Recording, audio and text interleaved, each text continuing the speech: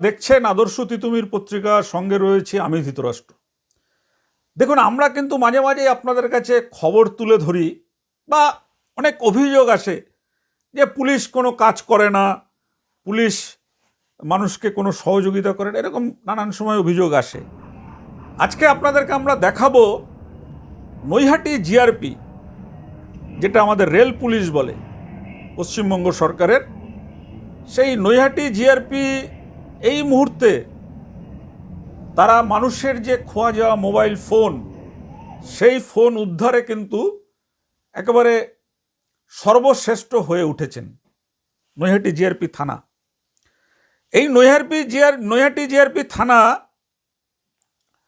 গত 7/2/2026 তারিখ 55খানা mobile phone, বিভিন্ন যাদের খোয়া যাওয়া মোবাইল, এই থানাতে দীর্ঘদিন যাবৎ যে অভিযোগ করছিল মানুষ যে আমাদের ফোনগুলো উদ্ধারের জন্য, সেই 55খানা ফোন উদ্ধার করে দিলেন। তবে তার চাইতেও বড় কথা হচ্ছে, স্টেশনের ওপরে যেভাবে তারা মোবাইল ফোন, সাধারণ মানুষের খোয়া যাওয়া মোবাইল ফোন উদ্ধার করে ফেরত দিলেন, এটা যেমন ভালো কাজ হয়েছে, তার থেকেও ভালো কাজ হয়েছে যে হাজার হাজার মানুষ এটা জেনে গেলেন যে নৈহাটি জিআরপি এই ধরনের একটা ভালো কাজ করেছেন। অনেকেই দেখবেন মোবাইল ফোন হারিয়ে গেলে অভিযোগ করে, তারপরে আর মোবাইল ফোন অনেক সময় পায়, অনেক সময় পায়ও না। কিন্তু 55 জনের মোবাইল ফোন ফিরিয়ে দেওয়া, এটা কিন্তু চারটিখানি ব্যাপার নয়। এখানে নৈহাটি জিআরপির যিনি আইসি রয়েছেন ইন্দ্রজিৎ ভক্ত, তার কিন্তু একটা উল্লেখযোগ্য ভূমিকা রয়েছে। কারণ যিনি থানার আইসি থাকেন, তার যারা অধস্তন কর্মচারীরা থাকে, সেই কর্মচারীদের কাজ কিন্তু এই আইসিকেই ঠিক করে দিতে হয় যে এইভাবে আপনারা কাজগুলো করুন। এবং সেখানে যদি দেখা যায় যে কোনো আইসির নিজের কোনো উদ্যোগ নেই, তাহলে কিন্তু এই ধরনের মোবাইল ফোন উদ্ধার হয় না। এর আগে আপনাদেরকে আমরা দেখেছিলাম যে শিয়ালদা জিআরপির যিনি আইসি ছিলেন বাসুদেব মল্লিক, তিনি অবশ্য এখন অবসর নিয়েছেন, তিনিও প্রচুর পরিমাণে মোবাইল ফোন ফেরত দিতেন মানুষকে প্রত্যেক মাসে মাসে।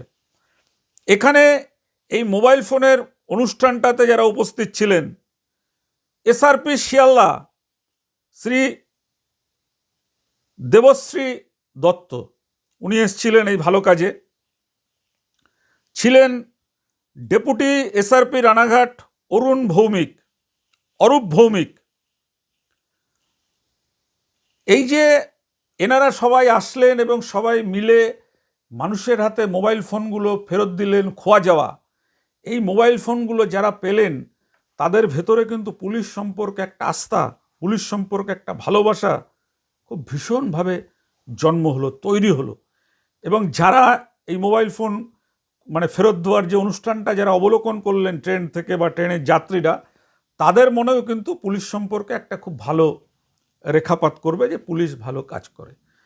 সর্বোপরি আমাদের প্রতিবেদক অঞ্জলি সাধু এবং গৌরাঙ্গ সাধু তারা উপস্থিত ছিলেন, তারা তুলে নিয়ে এসছেন এই মোবাইল ফেরতের অনুষ্ঠান।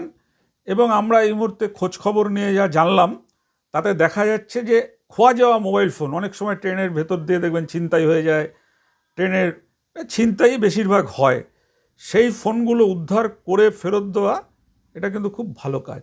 এই ভালো কাজের জন্য নৈহাটি জিআরপিতে যারা রয়েছেন তাদের সকলকে আমরা অভিনন্দন জানাচ্ছি। আমরা চাই যে এভাবেই একের পর এক ভালো কাজের মধ্যে নিজেদেরকে নিয়োজিত করুন এবং সাধারণ মানুষের কাছে পুলিশ সম্পর্কে ভালো বার্তা পৌঁছে দিন। আমরা সেই খবরটা আজকে তুলে ধরছি আপনাদের কাছে। আপনাদের যদি মনে হয় যে এই খবর আরও সবার কাছে দেখানো উচিত, যাতে এই নৈহাটি জিআরপির মতন অন্যান্য যারা পুলিশ, থানা, জিআরপি আছেন, সবাই মানুষের হারিয়ে যাওয়া, খোয়া যাওয়া ফোনের অভিযোগ হলেই তাদের কাছে এখন সেই ফোনগুলো যাতে উদ্ধার করে ফেরত দেওয়া যায়, সেই কাজ যদি শুরু করা হয়, তাহলে দেখবেন মানুষ কিন্তু আস্তে আস্তে ধীরে ধীরে পুলিশকে ভালোবেসে, পুলিশকে তাদের পরিবারের মানুষ করে, পুলিশকে কিন্তু তাদের কাছে জড়িয়ে ধরবে, তাদেরকে ভালোবাসা দেবে এবং তাদের সম্পর্কে মানুষের কাছে সুখ্যাতি করবেন। দেখুন আজকের সেই খবর। যে ফিরে পাওয়া অনুষ্ঠানের মধ্যে দিয়ে হারিয়ে যাওয়া মোবাইলগুলো ফিরিয়ে দিলেন, কি বলবেন এই বিষয়ে? আজকে নৈহাটি জিআরপি থানা বিগত 1 মাসেই 55টা হারিয়ে যাওয়া মোবাইল উদ্ধার করেছে।